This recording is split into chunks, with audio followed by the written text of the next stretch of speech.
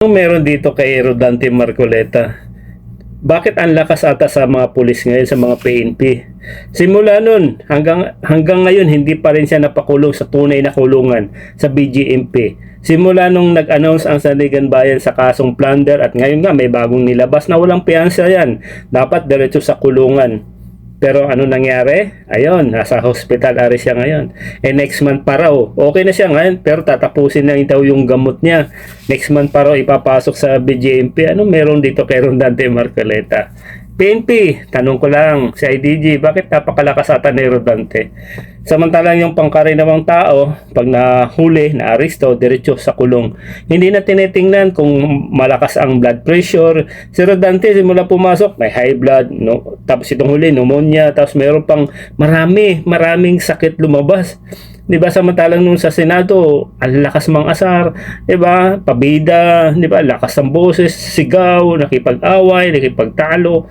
Pero nung hinuli na siya, ayun, may sakit na, may ganito, may ganyan. Ito pa nakakalungkot. Yung sakit daw niya nakakaawa. 'Di ba? Kaya yung mga PNP na pagalitan sa Sandigan Bayan, bakit? May mga bisita katulad ni Sara Duterte, bumisita. Walang mask, pati si Rodante Marcoleta, pati Vice President.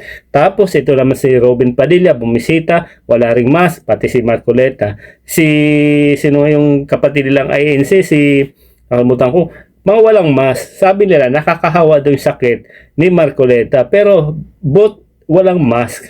Diba? So anong meron? Diba? Next month pa, bago ipasok nila sa BGMP, baka mamaya may sakit na naman yan, may sakit ganito, ang dami, may 10 atang sakit inilabas. Diba? Sa susunod yan, meron na ng ano na sa liig, hindi na makalakad, kailangan nasa hospital na lang. Oh. Ano meron dito kay Rodante Marcoleta? Tanong ko lang sa mga PNP. Kasi alam ko, yung PNP chief ngayon, di ba, bata ni ano yan, kaibigan ni Imelda, Imelda tuloy, sino ito, si Marcos? Si Senador Marcos, yung babae, hindi ko na kilala eh. Kasi traidor yun kay PBBM eh. Bahala na lang kayo, hindi ko nabanggit kay pangalan, basta baba yung Marcos, yung mahaba yung baba. Di ba? Yun, kaibigan yun eh, di ba? Baka naman PNP chief, napakalakas mo doon, di ba? Si Marcoleta, at saka yung Marcos na mababa. Yung kontrabida, kaibigan ni Marcoleta, maaaring ganun. Kaya napakalakas ni Marcoleta sa mga PNP. Alagang-alaga, kung hindi pa masermonan ng Sandigan Bayan, baka tuloy-tuloy yung paggawa. Bakit ganun unfair? Bakit pagka normal tayo, pag may kaso tayo, diretso sa kulungan? Wala nang hospital arrest, di ba? Marami naman mga may sakit yung matatanda eh. Hindi man dinala sa hospital, wala lang. Di ba? Doon treat na treat, bantay na bantay. Alagang-alaga si Marcoleta. Ano meron PNP chief? Ano meron sa IDG? Ano meron dito kay Marcoleta?